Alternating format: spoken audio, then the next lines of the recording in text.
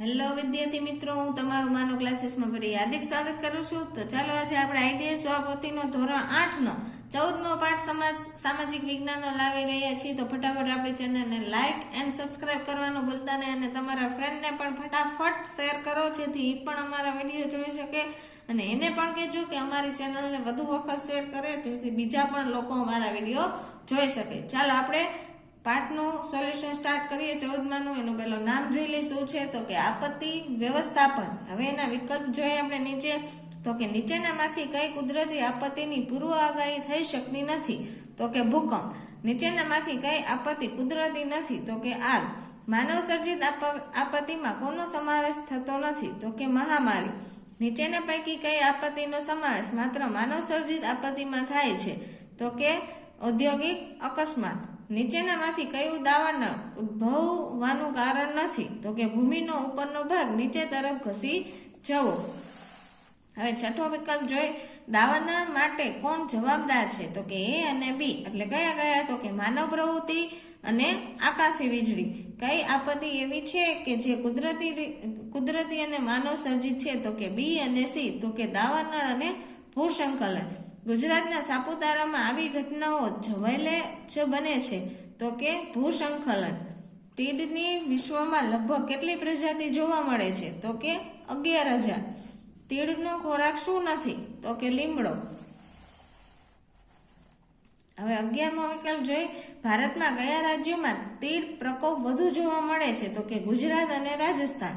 પહેલાના સમયમાં કઈ ઘાતક બીમારીથી લોકો પોતાના જીવ ગુમાવતા હતા એટલે એ અને બી. તો કે કઈ તો કે પ્લેગ અને શીતળા. કોરોના મહામારી દરમિયાન નીચેનામાંથી શું કરવું હિતાવહ નથી તો કે ભીડમાં એકઠા થવું. હવે છે આ બાજુ ખાલી જગ્યા તો કે પહેલી ખાલી જગ્યા શું કહે છે તો કે દાવાનળ ખાલી જગ્યાની દિશામાં આગળ વધે તો કે પવન. તીડ એક પ્રકારના ખાલી જગ્યા છે તો કે કીટક. તીડ સામાન્ય રીતે ખાલી જગ્યાની દિશામાં આગળ વધતા જતા હોય છે તો કે પવન. તીડની પવનની દિશામાં ખાલી જગ્યા કિમી સુધી તેના વેગને આધારે પ્રવાસ ખેડે છે એટલે કે 200. ખાઉધરા તીડ પુખ્ત થતા ખાલી જગ્યામાં પોતાના ઈંડા મૂકે છે તો ક્યાં મૂકે છે તો કે રેતીમાં. સામાન્ય રોગો કરતા ખાલી જગ્યા રોગોના સંક્રમિતોની સંખ્યામાં ખૂબ જ ઝડપથી વધારો થાય તો કે વિષ્ણુજન્ય રોગો. પછી 2019 અને 20ની સાલમાં ખાલી જગ્યા મહામારીના પ્રકોપની સમગ્ર વિશ્વ મુશ્કેલી અનુભવે છે તો કે કોરોના. હવે નીચે તમને એના ખરા ખોટા આપેલા છે તો આપણે જોઈ. પહેલું ખરું ખોટું છે કુદરતી આપત્તિ વ્યાપક ક્ષેત્રમાં જાનમાલની ભારે ક્ષતિ પહોંચાડે છે તો કે સાચું. ગુજરાતમાં ક્યારેક દાવાનળ ફેલાયેલો નથી એટલે કે ખોટું. દાવાનળ બાદ જંગલને પૂર્વવત થતા દાયકાઓ લાગે છે એટલે કે સાચું. યુગ ભૂસંકલન માટે જવાબદાર કારણોમાં પર્વતીય વિસ્તારોમાં વૃક્ષોનું કાપવું લખે છે ને જે યોગ્ય ન કહેવાય સાચું. ભૂસંકલન મોટા પાયે આર્થિક નુકસાની લાવે છે સાચું. ભૂસંકલનથી થતી વિનાશકતા હિમાલયના વિસ્તારો કરતાં ગુજરાતના પર્વતીય વિસ્તારોમાં વધુ હોય છે તો કે ખોટું. ભૂસંકલન અટકાવવાના ઉપાયમાં વૃક્ષારોપણનો સમાવેશ કરી શકાય સાચું. કુદરતી વહેતા વરસાદી પાણીના માર્ગમાં બાંધકામ કરવાની ભૂસંકલન અટકાવી શકાય છે ખોટું. તીડના એક ઝુંડના તીડની સંખ્યા માત્ર 200 થી 250 હોય છે ખોટું. હવે છે 10મું ખરું ખોટું તો કે તીડ સામાન્ય 2 થી 2.5 ફૂટનો કૂદકો મારી શકે છે સાચું. તીડ દિવસ દરમિયાન ઉડવાનું પસંદ કરે છે સાચું. ઢોલ નગારા વગાડી તીડના ઉપદ્રવથી સંપૂર્ણ રીતે બચી શકાય છે ખોટું.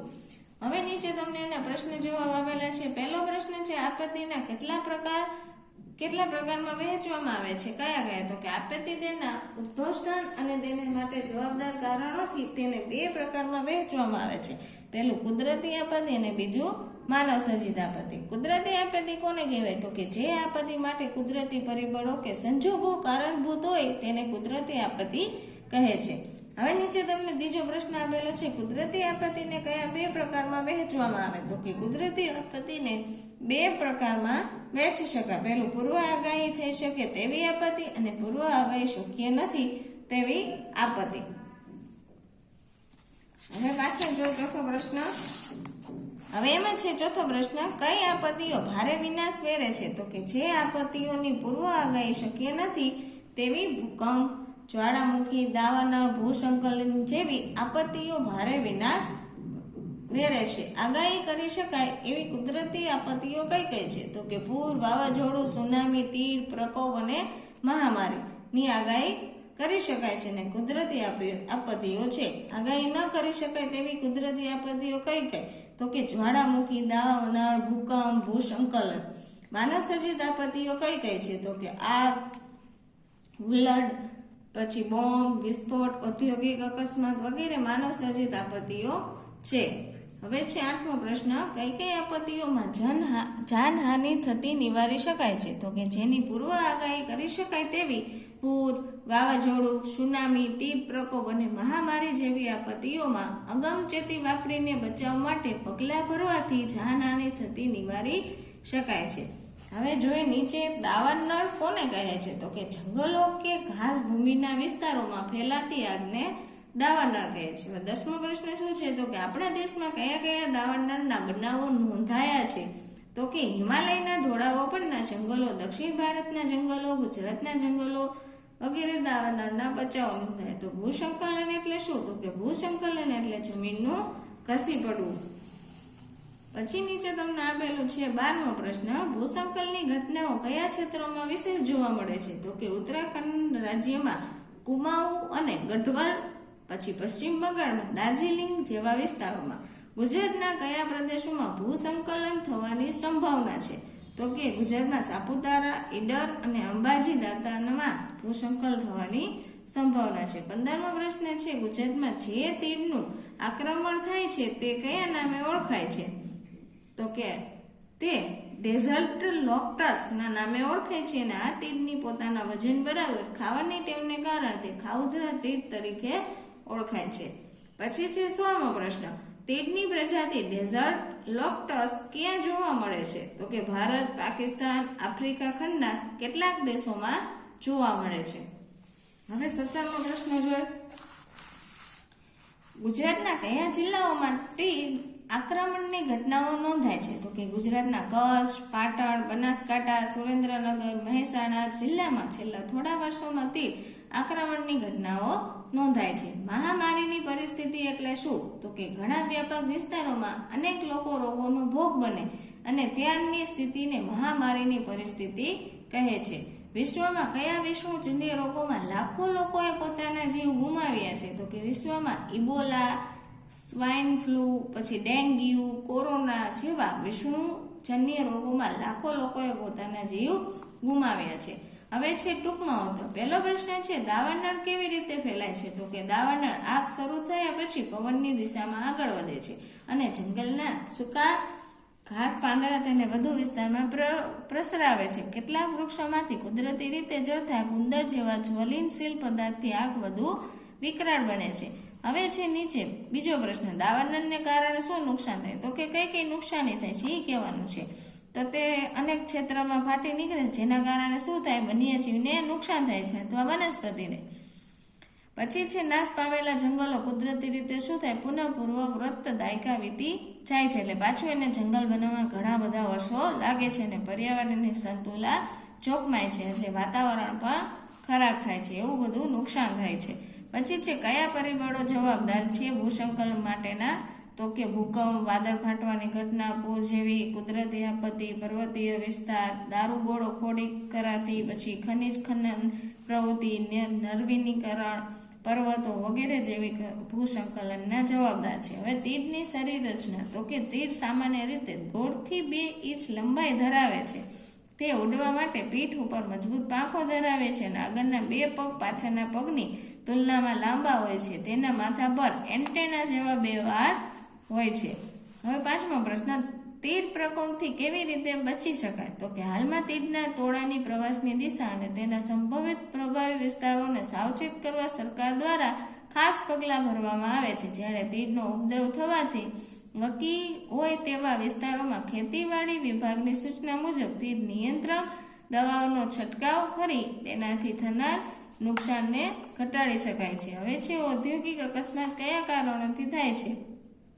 તો કે ઉદ્યોગોને કાચા માલનું સંગ્રહણ અથવા સ્થળાંતર, પછી ઉદ્યોગોની પ્રક્રિયા દરમિયાન કે તૈયાર માલના સંગ્રહણ કે હેરફેરના સમયે અકસ્માત થવાની સંભાવના રહે, પછી માનવીની ભૂલ કે યંત્રોની સાર સંભાળના અભાવ, યાંત્રિક ખરાબીથી ઔદ્યોગિક અકસ્માતો થાય છે.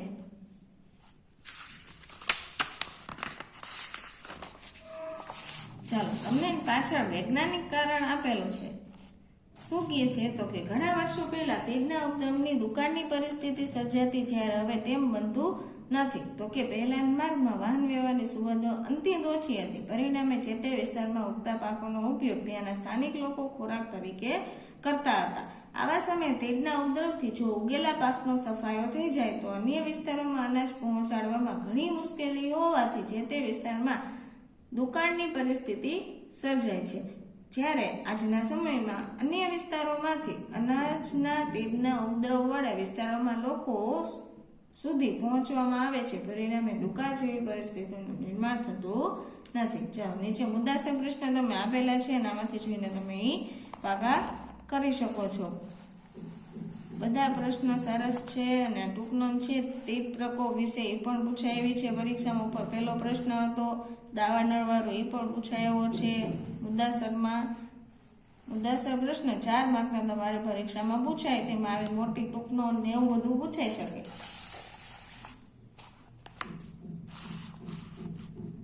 ચાલો, હવે છે આ બાજુ મહામારીની ઊભી થતી પરિસ્થિતિ, એ પણ પૂછાય એવું છે. જો પછી ઔદ્યોગિક અકસ્માતમાં થતા અકસ્માતોની વિગતો, પછી આપત્તિની અસરિયતો ખાસ. આ 7મો પ્રશ્ન તો મોસ્ટ આઈએમપીમાં છે, વધુ વખત એક્ઝામમાં પૂછાયેલો પણ છે, જેથી તમારે સરખી રીતના ભાગો કરી લેવો. ચાલો, આ બાજુ છે આપત્તિના પ્રકાર, એ પણ કુદરતી આપત્તિ અને માનવ છે. આ બે માંથી તમને કોઈ પણ એક કપાળમાં પૂછી શકે છે 2 માર્કમાં ખાસ કરીને, એટલે પાકું કરવું. 7મો અને 8મો પ્રશ્ન તો કરી જ લેવો સરખી રીતે. અને નીચે તમને અહીંયા જોડકું આપેલું છે. તો ચાલો, આ પાઠ અહીંયા પૂરો થાય છે. તો એટલી આ સામે રાખી છે કે તમે અમારા વિડીયોને વધુ વખત શેર કરશો અને તમે પણ લાઇક એન્ડ સબસ્ક્રાઇબ કરવાનું ભૂલતા નહીં.